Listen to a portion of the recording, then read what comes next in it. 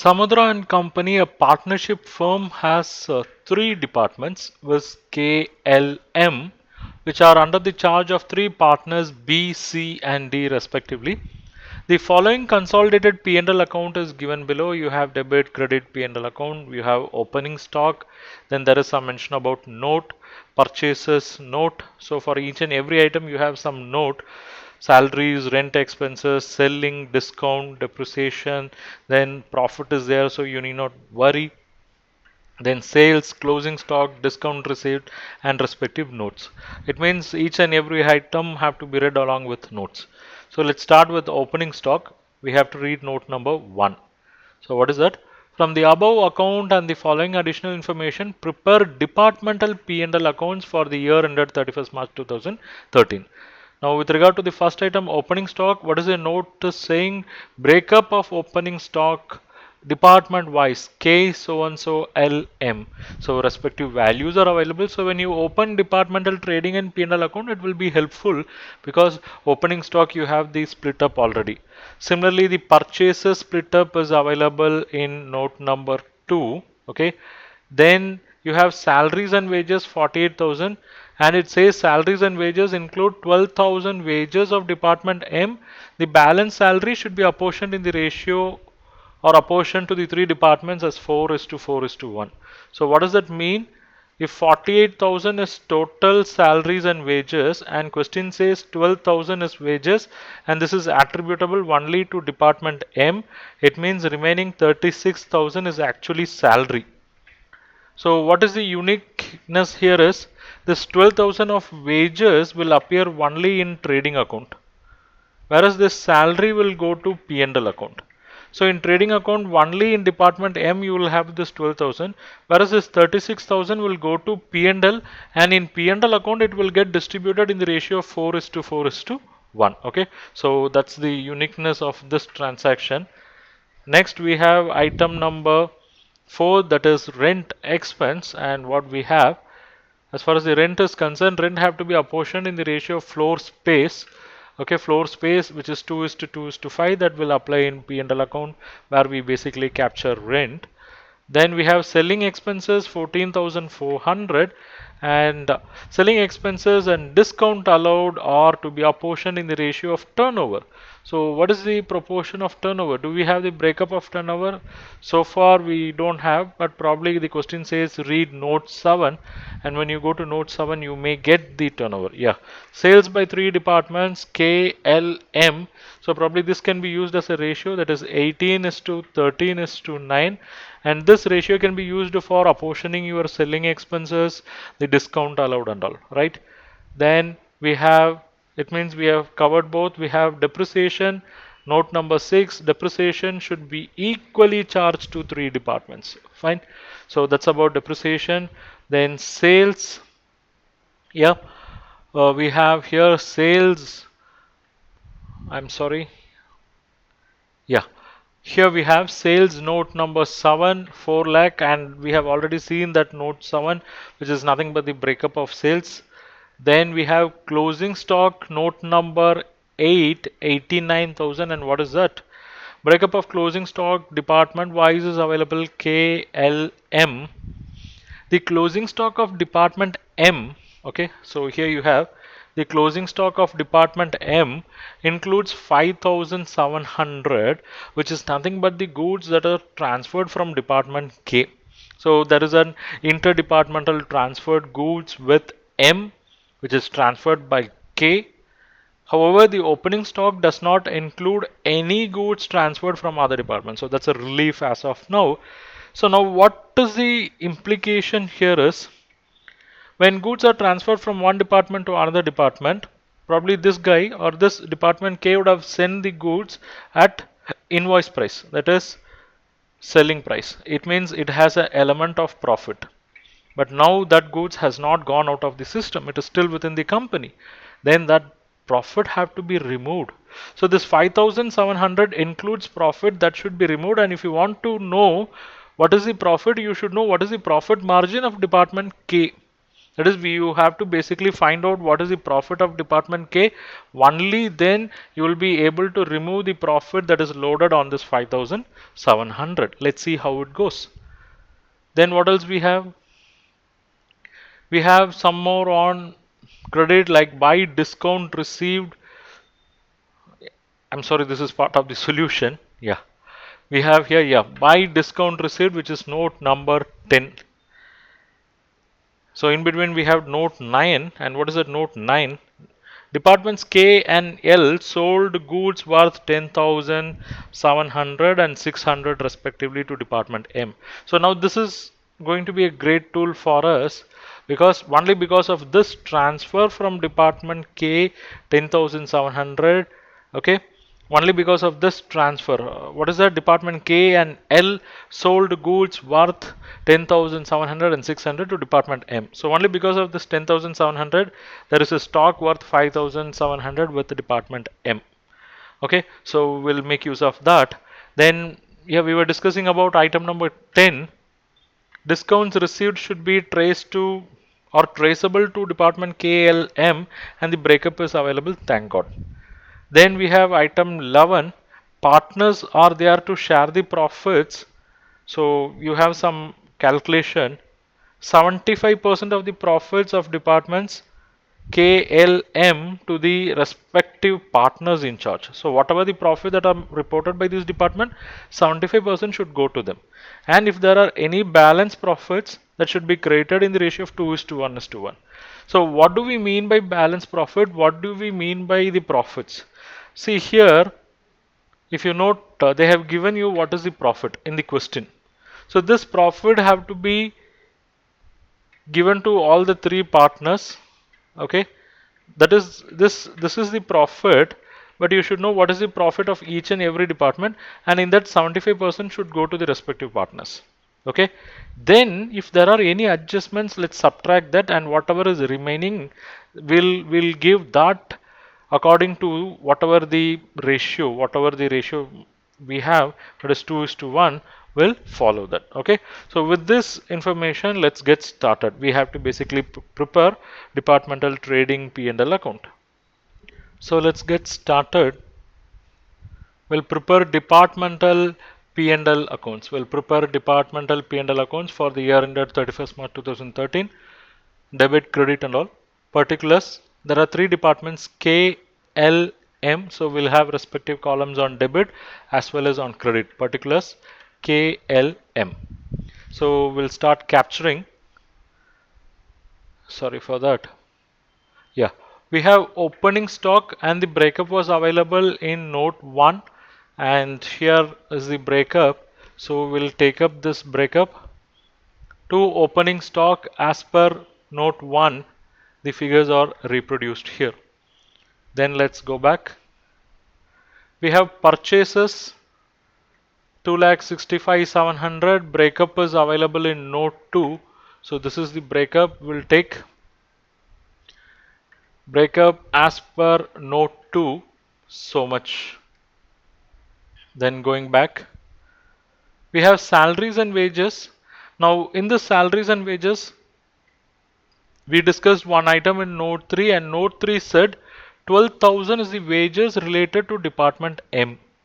So we'll go to trading account of department M and we'll write wages. Okay, so two wages only in department M, 12,000.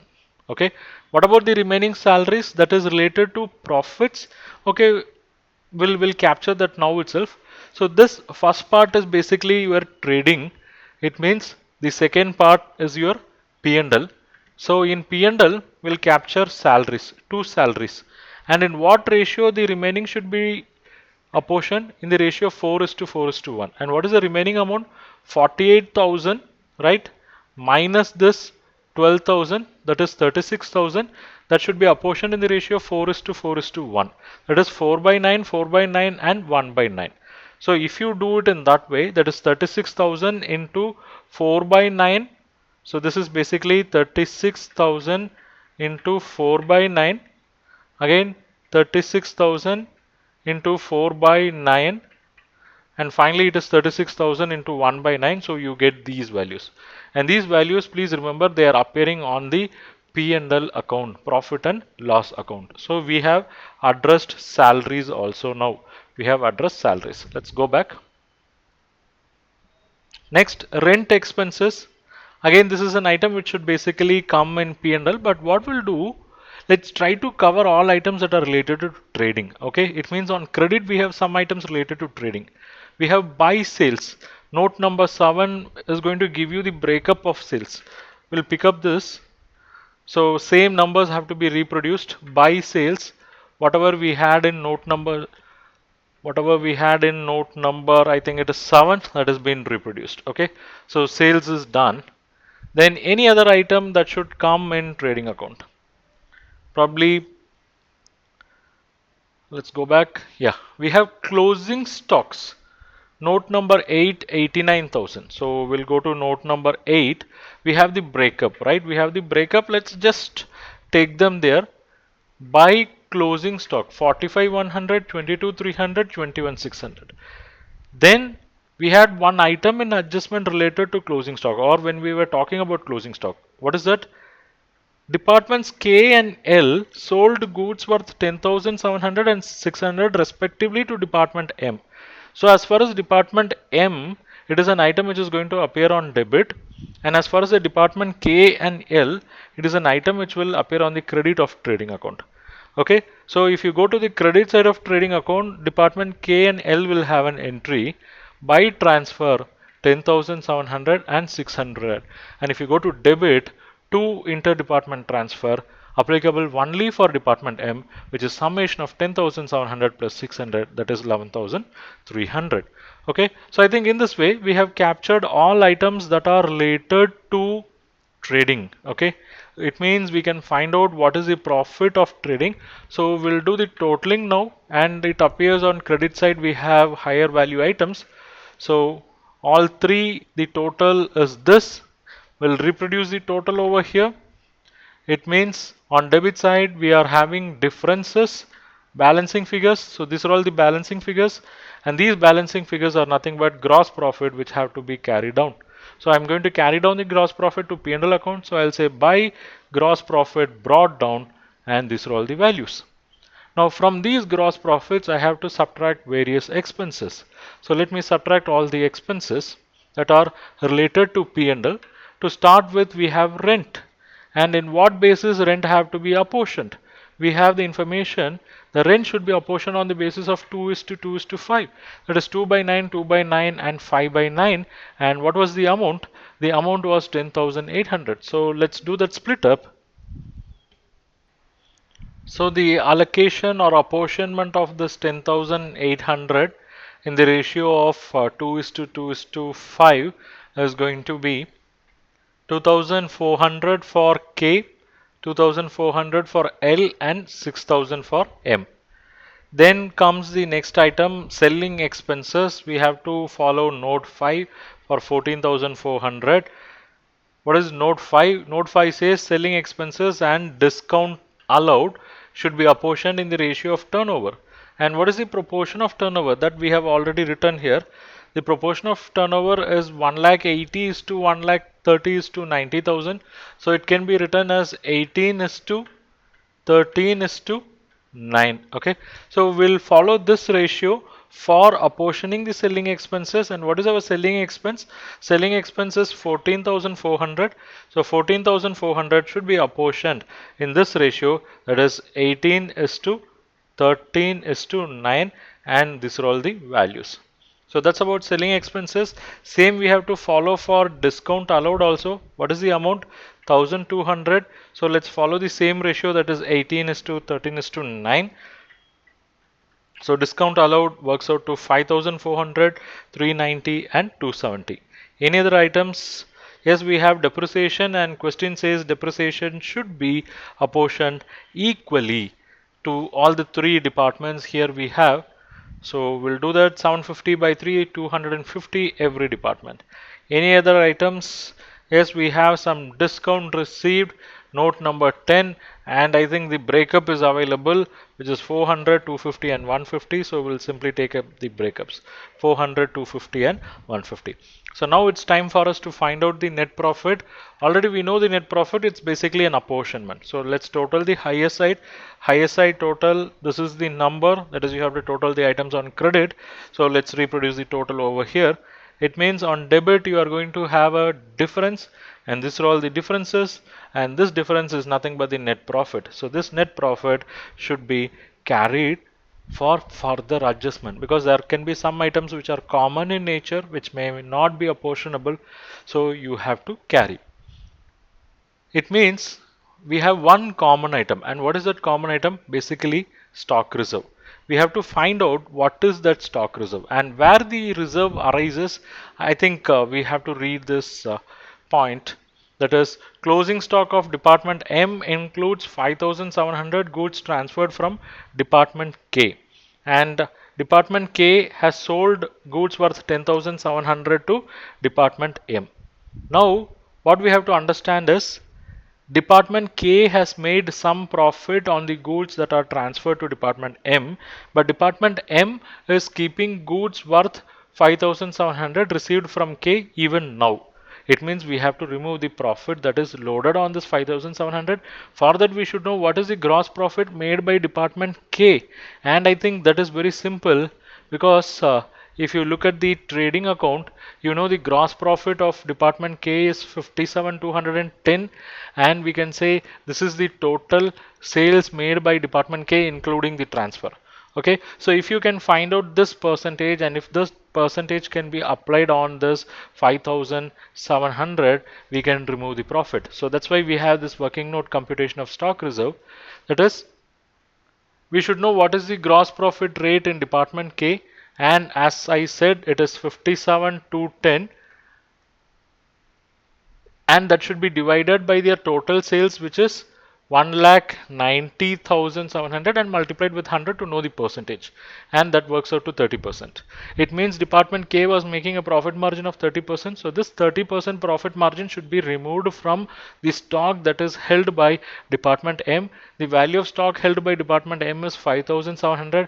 On that apply 30%, so we'll get to know what is stock reserve, and that works out to 1,710. And question makes a specific mention that opening stock does not include any goods transferred from other departments. It means it is not that you have to find the difference between opening and closing and you have to provide. No, whatever you have in the closing stock is transferred during the current year. Okay, it means this entire stock reserve have to be provided. Okay, have to be adjusted. Okay, now before proceeding further, the question says partners should share the profits as under 75% of the profits of department KLM to the respective partner in charge. Then balance profit should be created as 2:1:1. It means we know what is the profit, 67,060, and we know what is the breakup of this 67,060. That is, this is the breakup. Now on this we have to provide 75% to each and every partner. Okay, we have to provide 75% to each and every partner. Then there is a balance, but before paying the balance, let us accommodate this stock reserve also. Okay, it means we have to open an account called profit and loss appropriation account, and in that profit and loss appropriation account we'll shift all these profits. Okay, we'll shift all these profits to P&L appropriation account. So in P&L appropriation account, on credit we'll have by profit brought down. It's basically summation of all the three numbers, 67,060, right? Now from this, let us first subtract. Here on presentation you have stock reserve first. I'm not going to take the stock reserve first. I'm going to take the profit that are going to be transferred to capital first. Okay, so what I'm going to do is I'm going to consider the profits that should be transferred to capital, and our understanding is 75% of these profits should go to capital. So let me do that. To profit transfer to capital, the partners are B, C and D. Whatever the profits we have, for respective department. The departments are basically K, L, M, but it is actually earmarked for the partners B, C, and D. Whatever the profits in that 75% will go to them. So 75%, these are all the values, that is these values multiplied by 75%. Now the summation of all the three is 50,296. Fine. The summation of all this is 50,296. Now I am going to provide for stock reserve, which we have discussed in our early working note. To stock reserve 1,710. Okay. So what was the profit available originally? 67,060, of which 75% has been distributed and another 1,710 was adjusted for stock reserve. It means now there is a balance profit of how much? 15,054, and this should be apportioned between partners in the ratio of 2:1:1. So I'm going to write two balance profits transferred in the ratio of 2:1:1 between partners B, C, and D. 2:1:1 is nothing but 50%, 25%, and 25%. So 15,054 into 50% multiplied by 25% multiplied by 25%. So these are giving you the respective values. Okay. So if you sum all this, you should get this, and this is the way the profits are arrived and eventually transferred to partners. So let me close this. The total on credit is 6760. In that we have first subtracted 50,296, then we have subtracted 1,710, then finally we got this, and that was distributed between three partners in this manner.